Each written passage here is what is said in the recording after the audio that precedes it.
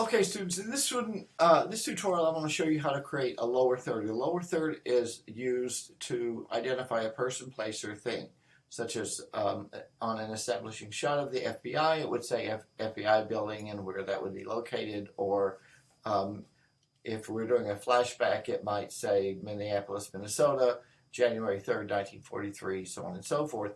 Or if you're watching the news and they're interviewing somebody, their name comes up in the lower third of the screen. I'm going to show you how to create those. It's very, very simple. You already know how to do most of it.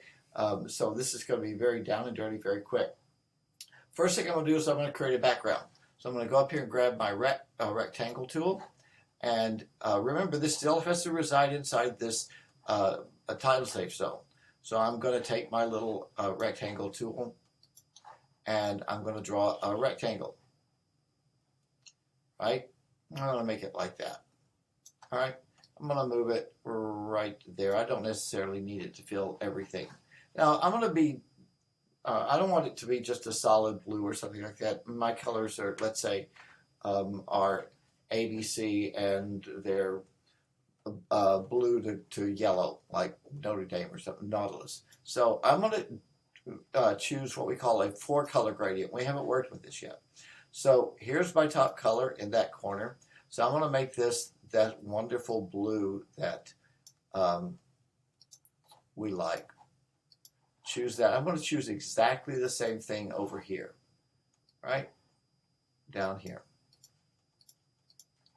So that's my top color. You can see the gradient there, right?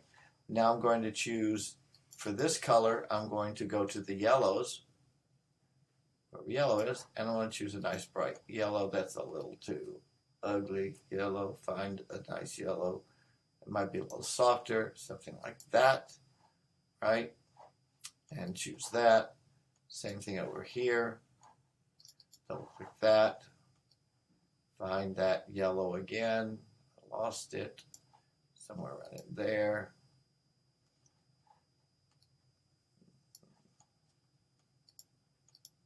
And you can see that. And there's my gradient. So now I want to make this a little bit smaller, right? And you already know how to add text. Actually, this is going to be a little bit bigger. So I'm going to come in here and text. And who is this person, this man talking here? His name is Joe Green, right?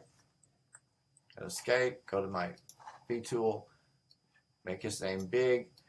I'm going to put him right there, and with the text tool, select that, and here, I'm not going to use a 4-color gradient, I'm going to use a solid, and my solid color is going to be white. There's Joe Green. Oops, I missed this J.